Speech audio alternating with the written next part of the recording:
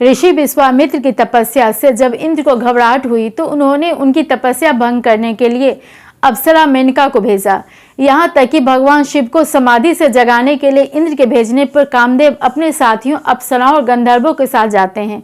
हालांकि शिव की तीसरी आंख के क्रोध से वे जलकर भस्म हो जाते हैं। धरती के राजा पुरुरवा को स्वर्ग की अप्सरा उर्वशी से प्रेम हो गया था। महाभारत के कई मुख्य पात्रों जैसे द्रोणाचार्य, कृपाचार्य, सत्यवती आदि को किसी न किसी अप्सरा से उत्पन्न बताया गया है। अप्सराओं से संबंधित ऐसी कई कहानियां हमारे प्राचीन ग्रंथों में आती है। तो कौन थी ये अप्सराएं? इन कहानियों के आधार पर कई लोगों की धारणा है कि स्वर्ग में ये एक तरह से स्वतंत्र वेश्याओं की तरह थी, जो कि खाली टाइम में इंद्र के दरबार में नाचती थी और जब किसी की तपस्या से इंद्र को खतरा होता था तो उनके आदेश से उनको सेड्यूस करने पहुंच जाया करती थी। ये स्वेच्छाचारिणी तरीके से प्रेम करती थी, पर उनके प्रेम पर भी इंद्र रोक लगा सकते थे। इंटरनेट पर तो यहाँ तक कहा जा रहा है कि जो लोग स्वर्ग में जाते हैं उन्हें मस्ती के लिए बहुत सी अप्सराएं मिलती है। इसके लिए महाभारत के शांति पर्व के श्लोक को कोट किया जाता है।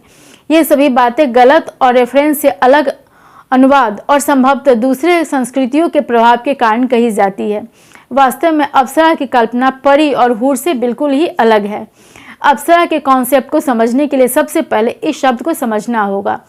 हालांकि अप्सरा की ज़्यादातर कहानियाँ पुराणों और महाभारत जैसे ग्रंथों में मिलती है, लेकिन इस शब्द का प्रारंभिक प्रयोग वेद में मिलता है और वहीं इसके जो अर्थ हैं उसके कॉन्सेप्ट भी मिलते हैं। प्रारंभिक शब्द था अपसरसह, जो कि बाद में अप्सरा हो गया। अपसरसह का शाब्दिक अर्थ है जल से निकला हुआ।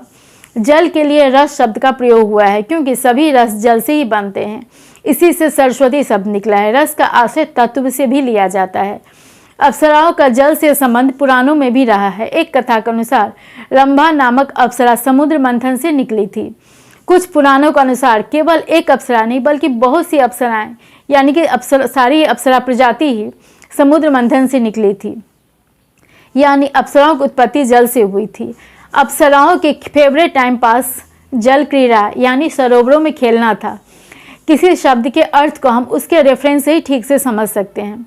जब भी हम अप्सरा की बात करते हैं तब वहाँ एक शब्द और आता है, गंधर्व। गंधर्व शब्द गंध से बना है। गंध को पृथ्वी तत्व कहा जाता है।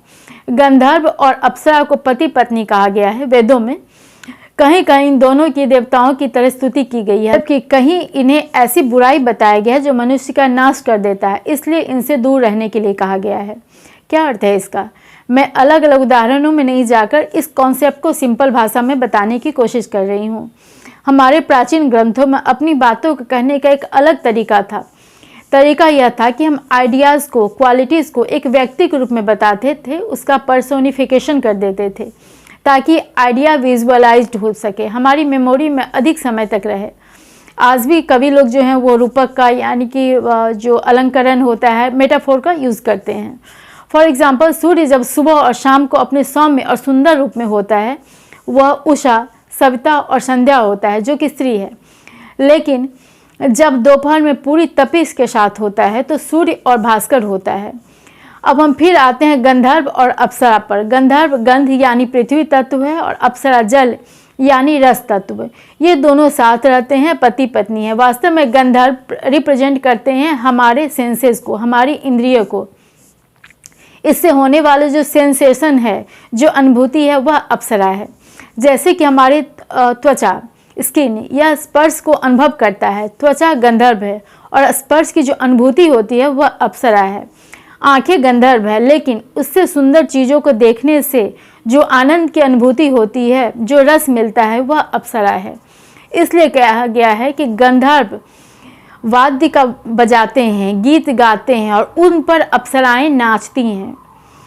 यानी कि गंधर्व के वादन पर, गायन पर अप्सरा नाचती है। ये कोई न कोई तो संबंध दिखा रहा है। गंधर्व यानी हमारे इंद्रिय, पति यानी स्वामी है, वह पुरुष तत्व है, वो बहुत सुंदर है।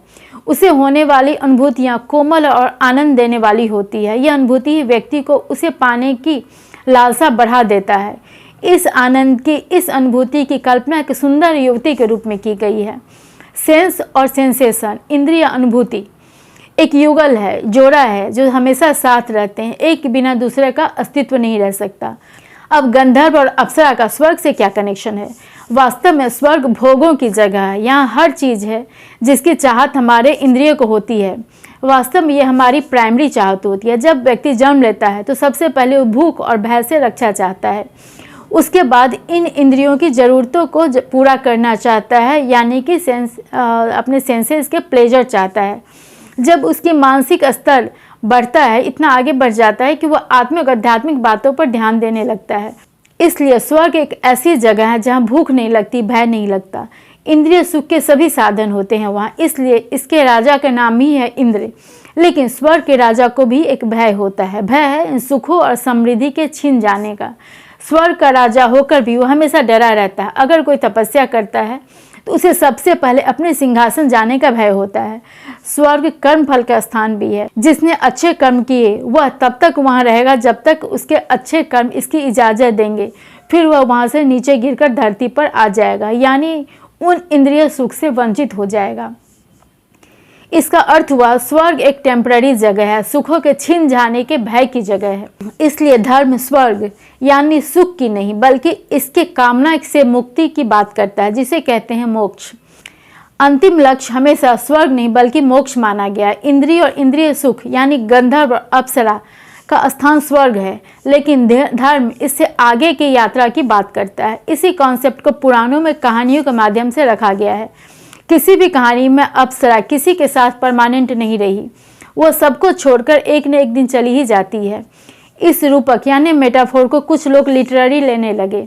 एक सुंदर युवती जो लोगों को अपनी कामुकता से लुभाती है, पति को छोड़कर चली जाती है, कई लोगों के साथ रहती है, इसलिए यह तो स्वर्ग की वेश्या की तरह हुई। लेकिन यह व्याख्या गलत है।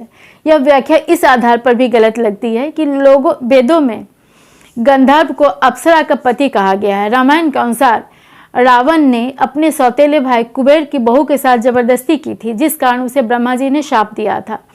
वह रावण से कहती है कि मैं कुबेर की बहू हूँ, आपकी भी बहू की तरह हूँ। तो जो किसी की पत्नी हो, किसी की बहू हो, वैसे कैसे हो सकती है? इसी तरह महाभारत के एक श्लोक के गलत अनुवाद के आधार पर कुछ लोग कहते हैं कि जो लोग अच्छे कर्म करते हैं उन्हें स्वर्ग में बहुत सी अप्सराएं आनंद के लिए मिलेंगी। लेकिन इस श्लोक का केवल इतना अर्थ है कि जो वीर युद्ध में मरते हैं स्वर्ग में अप्सराएं उनके लिए ललायित रहती है, मिलती है, यह नहीं कहा गया है। इसलिए जो लोग सोचते हैं कि अच्छे काम करो स्वर्ग में बहुत सी अप्सराएं मिलेंगी, वह इस घुसफहमी में न रहे। हाँ, अच्छे कर्म कर, इससे आपको सुख के तलाश की जरूरत नहीं पड़ेगी, बल्कि आप सुख के काबिल बन जाएंगे और सुख आप तक स्वयं आएंगी। पर याद रखें, गंधर्व और अप्सरा देवता हैं तो दूसरी तरफ अमर्यादित होने पर नाश भी कर सकते हैं। यह पॉजिटिव और निगेटिव दोनों हैं। यही बेसिक डिफरेंस है अप्सरा में और परी एवं हूर में।